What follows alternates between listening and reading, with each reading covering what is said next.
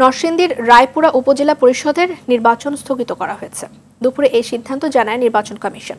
উপজেলায় 2 vice chairman প্রার্থী এবং তাদের সমর্থকদের মধ্যে সংঘর্ষের ঘটনায় ভাইস চেয়ারম্যান প্রার্থী মোহাম্মদ সুমন মিয়া নিহত হওয়ায় এই নির্বাচন স্থগিত করা হয়। এদিকে প্রার্থীর মৃত্যুর ঘটনায় এলাকায় উত্তেজনা বিরাজ করছে। হত্যার ঘটনায় এখনও মামলা হয়নি। বুধবার বিকেলে উপজেলার পাড়াতুলি ইউনিয়নের মীরের কান্দি এলাকায় নির্বাচনী প্রচার চালানোর সময় প্রতিপক্ষ ভাইস চেয়ারম্যান প্রার্থী আবিদ হাসান রুবেল এবং তার সমর্থকরা সুমন মিয়াকে পিটিয়ে হত্যা করে। অন্যদিকে 29 মে তৃতীয় ধাপে 112টি উপজেলা পরিষদের নির্বাচনের প্রচার জমে উঠেছে দেশজুড়ে। উন্নয়নের প্রতিশ্রুতি নিয়ে সকাল থেকে রাত পর্যন্ত প্রার্থীরা ছুটছেন ভোটারদের দ্বারে দ্বারে। তবে যোগ্য প্রার্থী বাছাইয়ের কথা বলছেন ভোটাররা।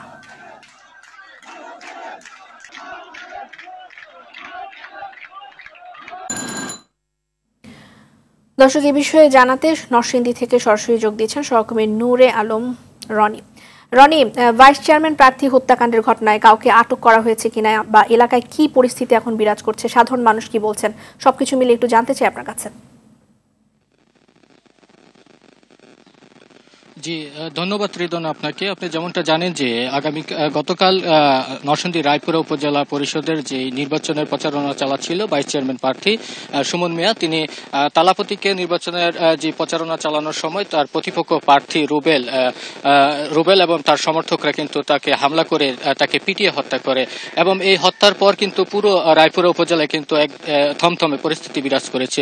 বিশেষ করে আপনি যেমনটা জানেন যে এই ঘটনার কেন্দ্র করে কিন্তু পুরো রায়পুরা উপজেলা নির্বাচন কিন্তু স্থগিত করেছে নির্বাচন কমিশনার। তো রিদনা, আমি কিন্তু এই মুহূর্তে রয়েছি নরসিংদী সদর হাসপাতালের এই মর্গটিতে। কিছুক্ষণ আগে এই মর্গ থেকে কিন্তু এই সুমনের মরদেহ কিন্তু তার পরিবারের কাছে হস্তান্তর করা হয়েছে এবং আমরা যেমনটা জেনেছি যে বাদ আসর কিন্তু তার গ্রামের বাড়িতে কিন্তু তার জানাজা অনুষ্ঠিত হবে। আর রিদনা, আরেকটি বিষয় হচ্ছে এই ঘটনা এখনো পর্যন্ত কিন্তু থানায় কোনো মামলা দায়ের করা হয়নি। পরিবারের পক্ষ থেকে তারা মামলার প্রক্রিয়াধীন চলছে। বিকেলে নাগাদ হয়তো তারা মামলা করবেন থানায়। তো এখনো পর্যন্ত এই ঘটনায় পুলিশের পক্ষ থেকে কাউকে আটকের বিষয় আমাদেরকে জানানো হয়নি। তবে এই ঘটনায় যারা জড়িত তাদেরকে গ্রেপ্তারে কিন্তু পুলিশ মাঠে কাজ করছে। সর্বোপরি বলা যায় যে পুরো রায়পুরা অঞ্চল কিন্তু এখন পুরো থমথমে পরিস্থিতি বিরাজ করছে।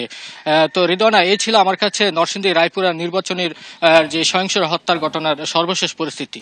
রনি, পরবর্তীতে আবারও ফিরবো যদি আপনার কাছে নতুন কোনো খবর থাকে। ধন্যবাদ আপনাকে।